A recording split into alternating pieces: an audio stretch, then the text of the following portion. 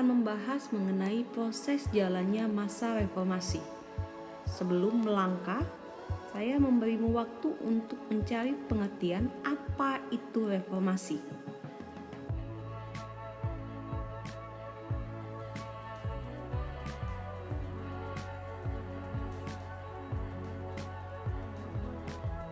Bagus, yang sudah mendapatkan, bisa disimpulkan reformasi adalah tuntutan mengubah tatanan kehidupan dari lama menjadi yang baru yang tujuannya ke arah yang lebih baik.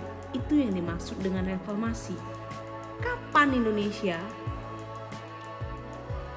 memasuki masa reformasi? Ada apa? Apa keinginannya? Nah, ini latar belakang reformasi yang kita bahas, reformasi tahun 98. Yang pertama,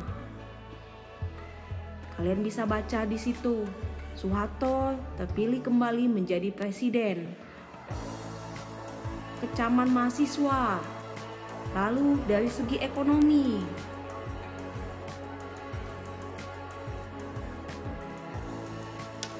di latar belakangi hal tersebut, bisa juga saya spesifikasikan menjadi beberapa bidang. Salah satunya ekonomi. Kondisi mata uang rupiah yang anjlok karena terjadi inflasi. Inflasi itu apa? Banyaknya uang beredar di masyarakat yang mengakibatkan naiknya harga barang kebutuhan. Sudah naik, sulit lagi mendapatkan. Lalu sistem ekonomi dimonopoli oleh kelompok tertentu. Ini yang menjadi pemicu tuntutan reformasi dari segi bidang ekonomi. Lalu faktor berikutnya dari bidang politik. KKN tidak percaya lagi kepada pemerintah. Kenapa tidak percaya? Karena sudah melihat selama 7 kali menjabat tidak ada perubahan. Lalu ada rasa tidak meyakini pemerintahan yang ada. Ini juga yang menjadi latar belakang dalam bidang politik. Lalu Soeharto, otoriter tertutup, artinya apa? Segala sesuatu itu dipegang semua oleh satu pihak. Keputusan dipegang oleh presiden penuh. Didasari hal itu timbul keinginan untuk melakukan demokratisasi. Jadi yang lebih terbuka, mahasiswa juga menginginkan perubahan. Dalam bidang sosial, kerusuhan yang melumpuhkan perekonomian, nanti saya sampaikan juga videonya, kutipan dari Berita TV, sehingga kalian bisa melihat bagaimana kondisi sosial kerusuhan yang terjadi. Itu bukan hanya kerusuhan yang dialami oleh wilayah di ibu kota, tapi menyeluruh ke wilayah kota-kota besar di Indonesia.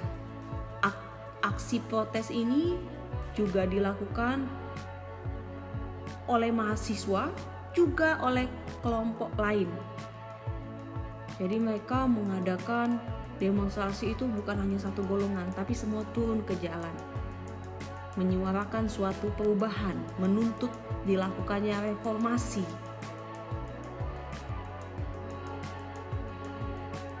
Untuk apa ya dilakukan reformasi? Ini tujuannya. Ingin terbukanya politik, demokratisasi, lalu kesejahteraan ekonomi, lalu tercapainya keadilan dalam bidang hukum, dan mewujudkan integrasi bangsa Indonesia. Penyatuan.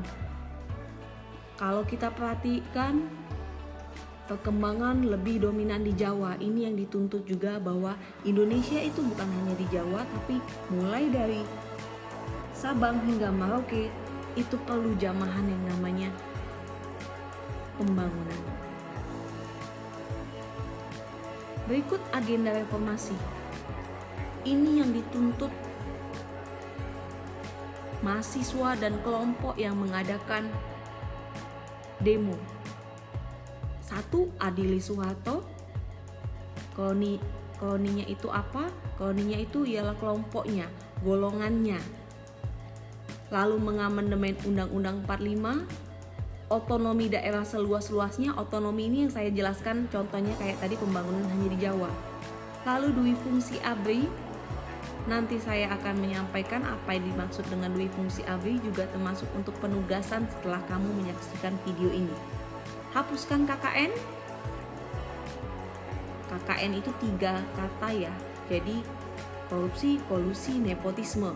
Itu hal yang berbeda setiap pengertiannya. Lalu tegakkan supremasi hukum. Kalau kamu lihat, saya siapkan gambar di sampingnya. Lambang hukum itu ialah dia memegang sebuah timbangan dengan mata tertutup. Artinya dia tidak melihat siapa yang sedang diadili. Dia hanya menimbang sesuai dengan keadilan. Inilah yang menjadi agenda reformasi yang dituntut pada tahun 1998. Ini awal jalannya reformasi, kronologisnya.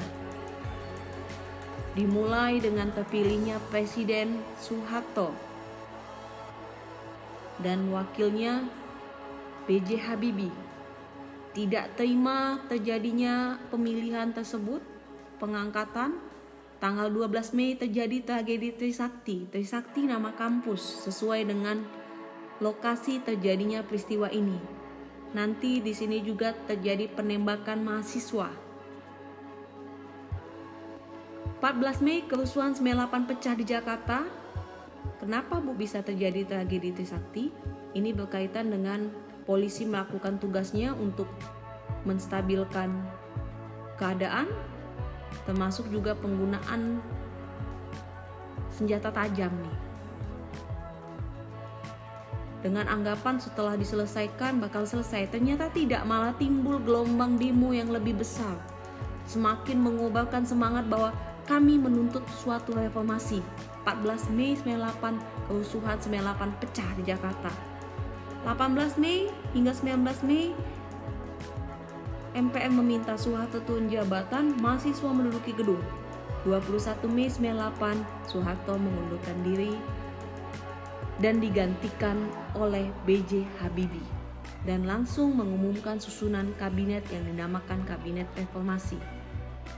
Berikut foto-foto yang bisa kamu lihat menggambarkan suasana demo menuntut reformasi.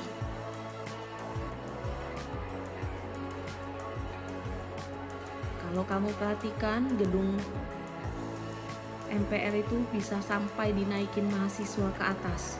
Di mana kekuatan polisi, Bu, di sini? Jumlah massa sudah lebih banyak, jadi tidak bisa lagi dikendalikan. Terlebih, menteri yang menjadi pembantu Soeharto, membantu tugas presiden, itu mulai mengundurkan diri. Sudah mulai banyak masukan untuk silakan mengundurkan diri.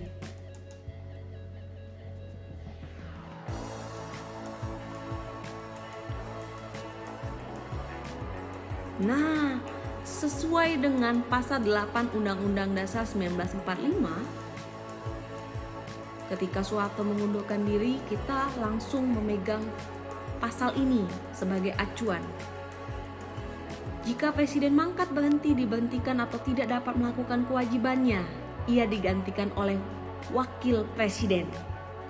Setelah turunnya Soeharto, B.J. Habibie selaku wakil presiden maju menjalankan tugas sebagai presiden. Saya sampaikan videonya. Kalian bisa melihat bagaimana gambaran pada masa demo tersebut.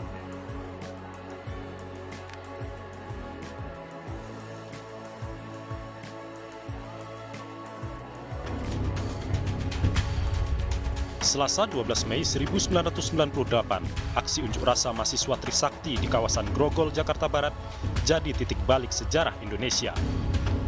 Demonstrasi menuntut Presiden Soeharto mundur dari jabatannya berakhir rusuh, diwarnai tembakan, dan berujung tragedi.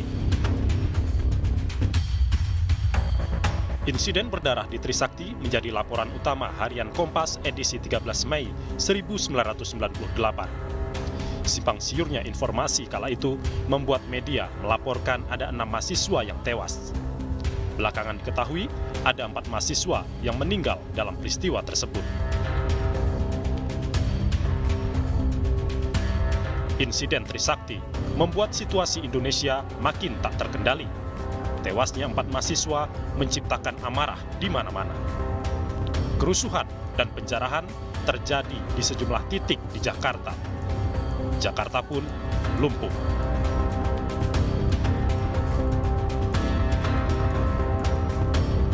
Kemelut segala bidang, serta hilangnya dukungan baik dari rakyat maupun kabinetnya sendiri membuat Soeharto pada 21 Mei 1998 menyatakan mundur dari kursi presiden yang sudah digenggam selama 32 tahun. Memperhatikan ketentuan pasal 8 Undang-Undang Dasar 1945 dan setelah dengan sungguh-sungguh memperhatikan pandangan pimpinan Dewan Perwakilan Rakyat dan pimpinan fraksi-fraksi yang ada di dalamnya, saya memutuskan untuk menyatakan berhenti dari jabatan saya sebagai Presiden Republik Indonesia. Terhitung sejak saya bacakan pernyataan ini pada hari ini, Kamis 21 Mei 1998. Mundurnya Soeharto menjadi babak baru perjalanan bangsa Indonesia. Orde Baru tumbang, digantikan Orde Reformasi.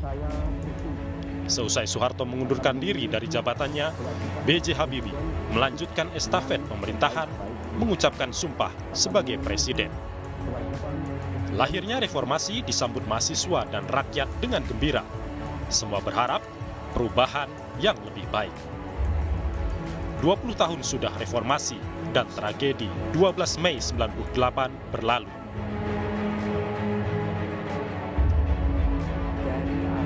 Sosok sentral peralihan dari Orde Baru ke Orde Reformasi yang juga Presiden ketiga Indonesia, B.J. Habibie, menilai setelah 20 tahun reformasi, kondisi Indonesia semakin baik.